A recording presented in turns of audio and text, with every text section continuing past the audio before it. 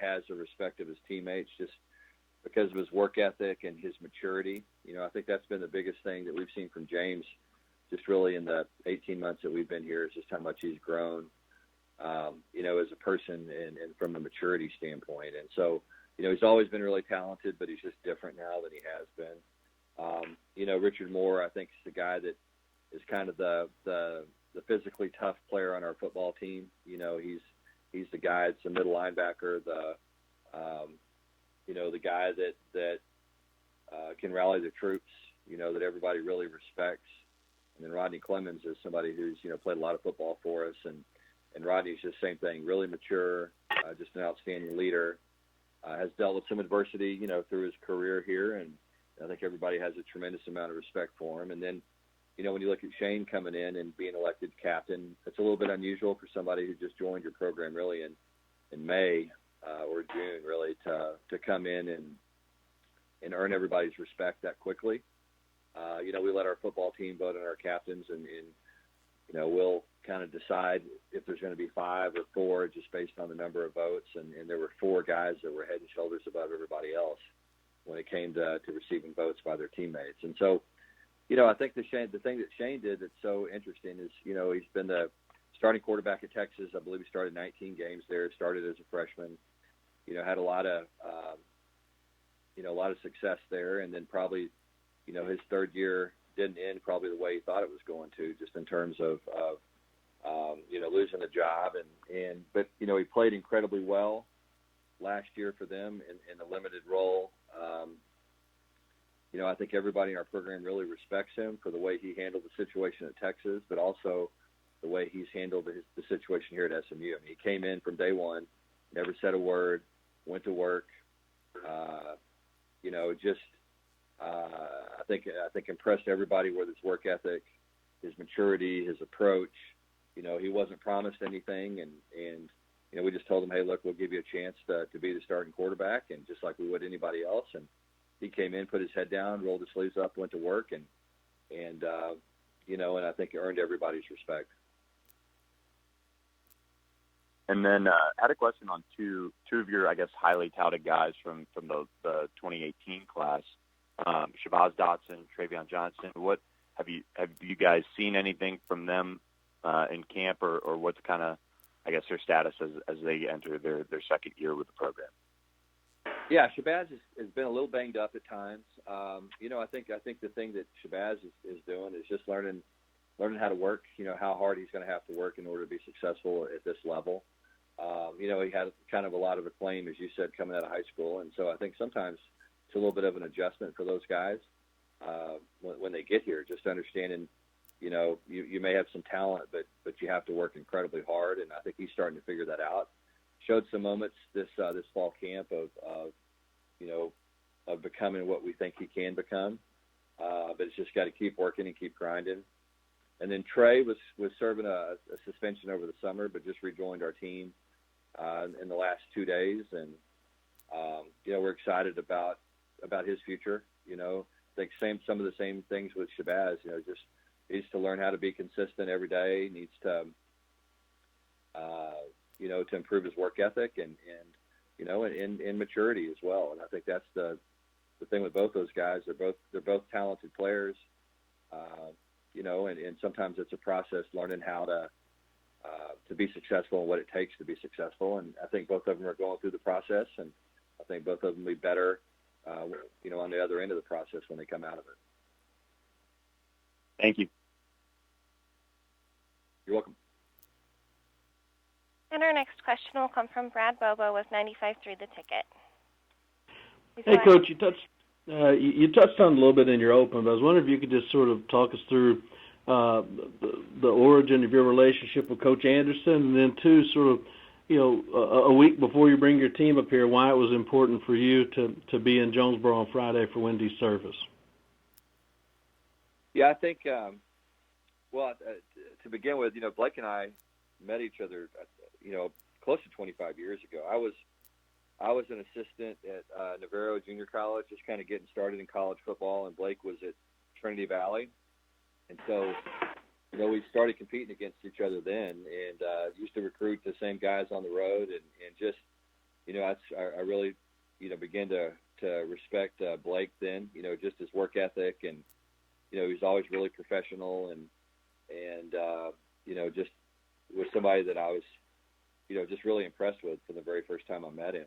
And you know how this business is, you kind of cross paths different ways. And, through the years, we've gotten together a couple different times to talk football and talk about what they were doing and talk about what we were doing, that kind of thing. And so, the coaching fraternity is really unusual. There's not too many people that are in the same business that are competing against each other that get together and talk about trade secrets. And it's just kind of the thing that, it's just kind of what you do as part of football. And that's what makes our profession, I think, really unique, is that, if we're doing something that makes us really good, then somebody might be interested in it, and vice versa. And so throughout the years, Blake's had a lot of success as a coordinator, and I was kind of coming up through the ranks as a coordinator myself, and we just would talk and share ideas.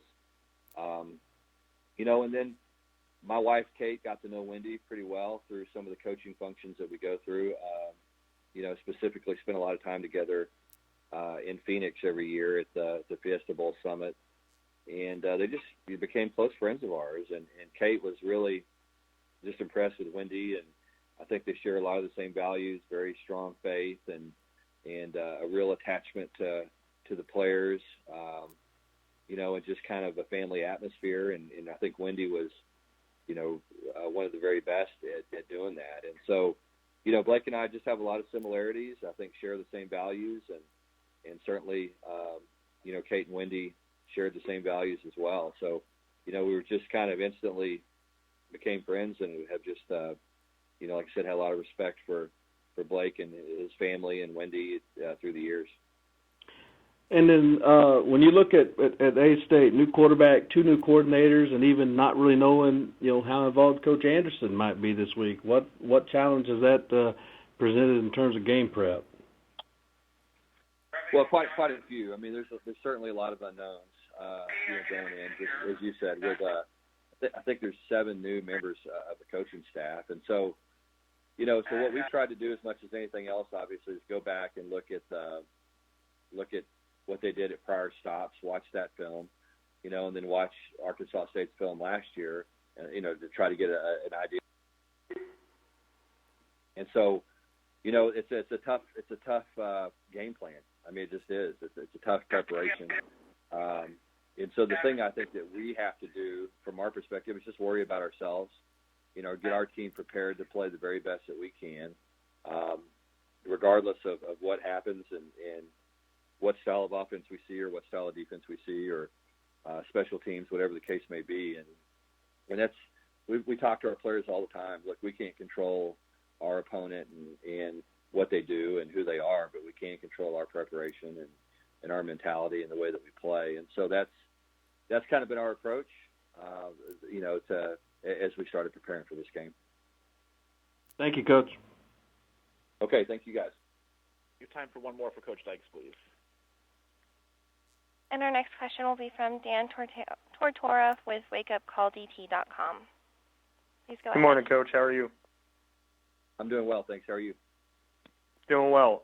Just, for you, what you've had with the hashtag #PonyUpDallas, I know that you've seen a lot of former players come back recently here. Just the importance for you in your second year at SMU to build that bridge with the former players and have them be around your guys, and just what the importance of that can do for a program.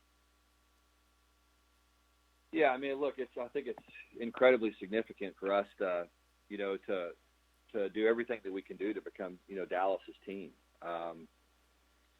I think when you look down the road and you see the transformation that TCU has gone through and how they did it, is they just did a great job of building relationships in the Fort Worth community and branding themselves as Fort Worth's football program. And so, that's what we want to become here is we're a private school. We don't have a huge student body. And so what we have to do is we've got to capture,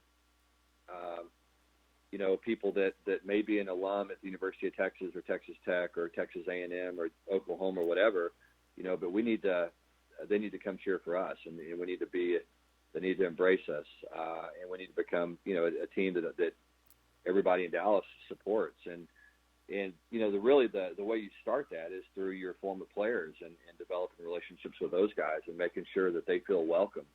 Those players were here a long time before I was,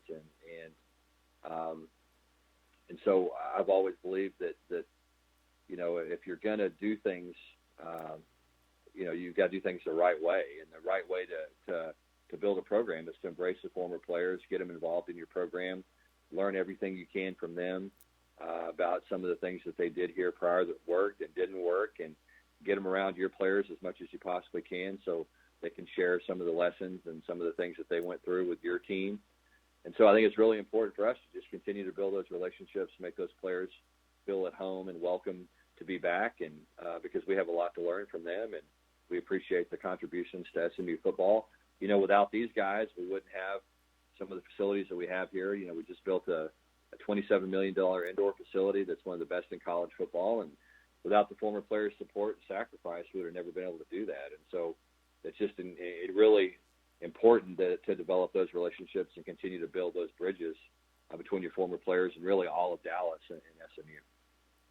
And congratulations also on the side with the Texas Rangers. Just what you can say really quick about that moment for you on SMU Day to go out there and throw first pitch. Was it nerve-wracking, and just kind of what your takeaways were from that? Because some people can get it over the plate, and some people get very nervous to go out there. Just what it meant to you to get that respect from the Rangers and how the experience was. Yeah, it was a fun deal. It was fun to get out there and do that. I mean, it's, I've been able to do that before. Fortunately, I did it one time with the Oakland A's, and one time with the Giants, and one time with the Rangers. And so, this was my worst performance of the three. I was a little bit sore and didn't throw a strike this time, but you know what? I'll be during the off season. I'll be working for next year, hopefully. Well, thank you, Coach. I appreciate it. Good luck this week. Okay, thanks so much. Coach, thanks so much for your time today. We look forward to hearing from you once again next Monday. Okay, thank you. All right, Coach Sonny Dykes from SMU. Again, the Mustangs begin